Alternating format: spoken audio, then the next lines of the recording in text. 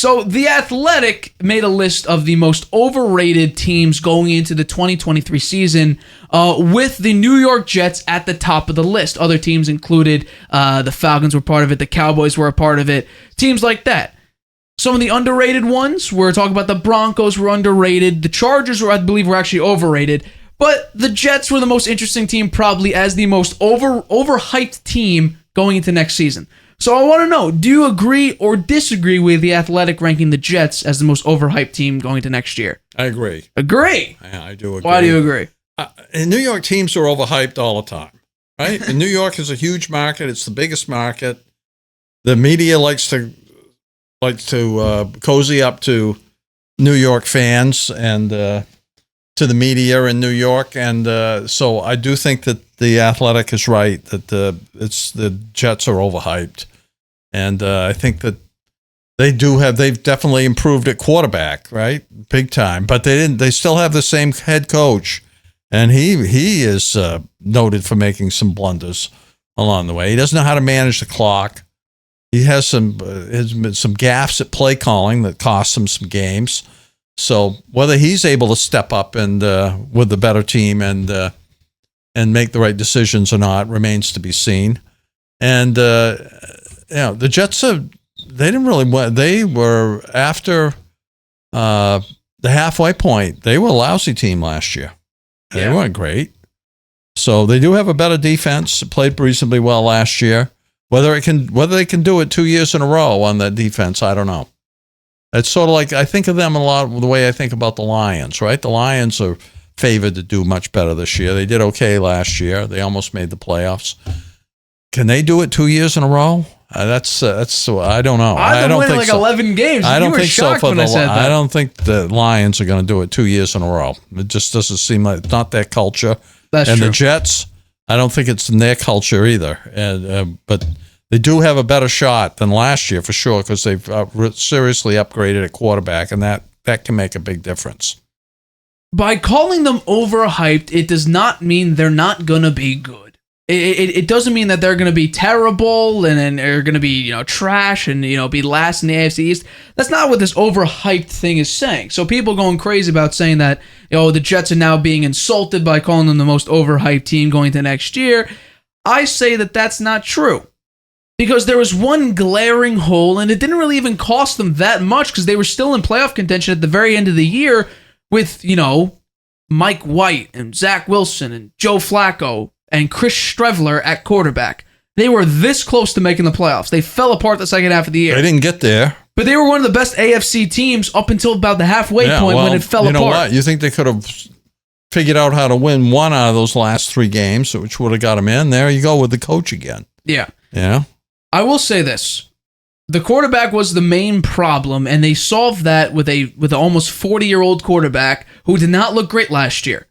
Aaron Rodgers, going into this season, will be with one of the worst offensive lines he's had in a long time. The Packers' offensive line is significantly better than what the Jets' offensive line is right now. Mekhi Becton, 34 potential games over the past 2 seasons. He's played one of them. He's missed 33 consecutive games due to injury. He should be better. He lost a lot of weight. We'll see just how good he is, but we don't know what he looks like. We really don't know what he looks like for a long period of time. Yep. He played, I think, 14 games his rookie season. Played one game. They've drafted some offensive linemen. They drafted a couple of bench players. They got Elijah Vera-Tucker, I believe, last year. Who that's probably their best offensive lineman. Dwayne Brown is 40+ years old. We don't know how good he's going to be. Connor McGovern's not great. He's okay. Lincoln Tomlinson, we don't know how good he's going to be. But there were 2 glaring holes for the Jets going into the draft. Offensive line, which the Patriots probably screwed them over by trading with the Steelers, and tight end. I don't think Tyler Conklin is going to be an ultimate threat and an ultimate weapon for Aaron Rodgers. At the time the Jets drafted, you could have gotten, maybe a subpar, or you could probably overdraft for an offensive lineman, or you could have gotten the 2 best tight ends in the draft, Meyer and Kincaid. Instead, you went with, right now, who is one of your backup defensive ends, Will McDonald. That was your draft. With 30 seconds remaining, the pick was in. You got a backup defensive end. They were surprised. The Patriots faked them out there. Yeah, no, that's probably true. They weren't ready for it. They didn't know what to do right then. So your offense has one hole that is basically kryptonite for old now aging and slowing down quarterbacks, and that's a bad offensive line. If you have a bad offensive line, look at Tom Brady last year. When his offensive line was terrible and Donovan Smith was being called for penalties every second play, Tom Brady was frustrated. The offense looked terrible. Nothing really worked. And the reason why you may look up stats and say Brady had the lowest sack percentage or whatever, yeah, that's because he got the ball out in 2.2 seconds. So that's probably why. The offensive line for Aaron Rodgers has become more of a pocket passer. He's not as mobile as he once was. He's not escaping the pocket as much as he used to. He's now pretty much restricting himself to becoming a pocket passer. And now with a okay offensive line, with a glaring hole to be your offensive line, that could cause some problems for a guy that's coming off an okay season. And tight end is not one of your strong suits for the Jets. So you're hoping on Breece Hall having another great start to a season like he did last year in his rookie year, Garrett Wilson having another, phenomenal wide receiving year, and Alan Lazard and McCole Hardman to step up and be your wide receiver 2s and 3s. I don't think Corey Davis is going to have a tremendous impact, and for damn sure Randall Cobb ain't going to have much of an impact. He may get 10 snaps a game. I don't think he's going to be out here, and Aaron Rodgers is bringing up signals from, like 2014 and breaking it down that way. I just don't see it. And the defense. The NFL offenses generally stay consistent. If you have a really good offense one year, you generally have a really good offense the next year. A top 10 offense will probably stay within the top 10 the next year or the year after that. Defense, it's quite interesting. Defenses fluctuate with sort of the same group because guess what? The level of quarterbacks, you may play terrible quarterbacks one year, so you win a lot of games, your schedule gets bumped up into the harder tier of quarterbacks. The Jets are probably playing a very hard schedule this year, one of the hardest schedules, and their defense were being fourth last year up against a decent amount of bums last year. They're playing harder quarterbacks. Their defense may not be in the top. I'm saying it probably will be because there's a lot of talent, but there's a decent chance the defense won't be top 10 next year. Just saying that there could be a chance. You were number 4. I don't see the Jets defense repeating as the number 4th defense again. So defenses fluctuate, offenses stay somewhat consistent, so we'll see. I think the Jets, as a rough draft, I had the Jets, the Bills, and the Dolphins all winning 12 games. Maybe in my rerun, I'll have to break it down again and see. Maybe there's an upset here, upset there. 12 games for the Jets. 12 games for the Jets. But I don't know. That's just based on, I think based on what I did for the preseason standings predictions, yeah. I just did matchups. Who is the better team right now?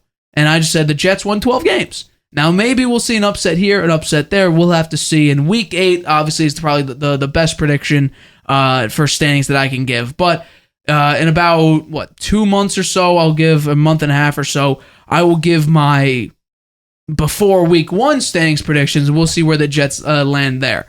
Aaron Rodgers coming off an okay season. The Jets, my guess will probably be the other 2 or the 3 seed, depending on Tua's health and whether Vic Fangio can get that Dolphins defense to step up with Jalen Ramsey, with Howard, with Bradley Chubb, to have them, keep going.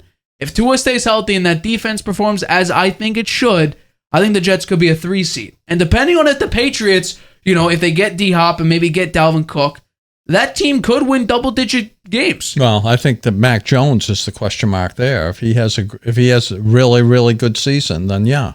That probably is true as well. If he has a season like last year, no. I don't see that with a non-confusing season with more than 10 passing plays in your playbook for 17 weeks.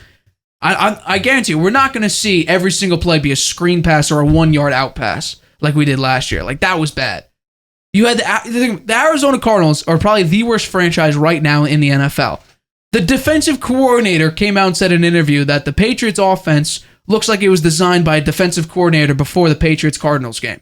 That's how bad it got. The worst franchise right now in the NFL is saying how bad the Patriots offense is. Yeah, well, now they've supposedly fixed that, and we'll see. It should be much better, and I expect it to be much better. And in OTAs and minicamp, it did look significantly better. Mac Jones was tearing it up. Now, the preseason isn't that far off. It's about a month away. Yeah. So we will see just how good the Patriots offense is and how that team, situates itself. But this Jets team, there's a lot of question marks whether Aaron Rodgers could step up again and be a top-tier quarterback, whether the offensive line can hold for him, whether the defense performs well. So to call them the most overhyped team, I completely agree. Mm-hmm. But the Jets did solve one of their most glaring problems, and that was you got a quarterback who will at least be there.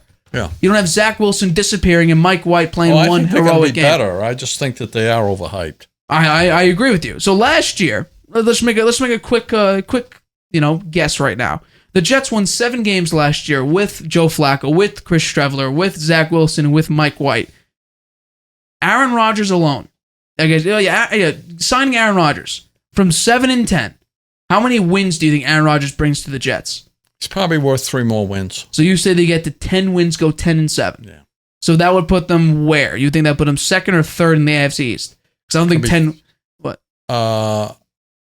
So the Dolphins might be there. second. Might be second. Might be second. I think that all depends on whether Tua stays healthy. That's right. So we will see. We'll just see how I break it down going into my preseason standings predictions. But we'll see. So Jets, the most overhyped team according to The Athletic. Quite interesting, and we both agree on that for sure. Hi everybody, thanks for watching. Make sure you subscribe here to get the latest from the show. Also, if you want to check out the full episode, make sure you click the I in the top right-hand corner right now. If you want to listen to this show anywhere you go, make sure you go to anchor.fm/The Harvey Hour or anywhere you get your podcasts.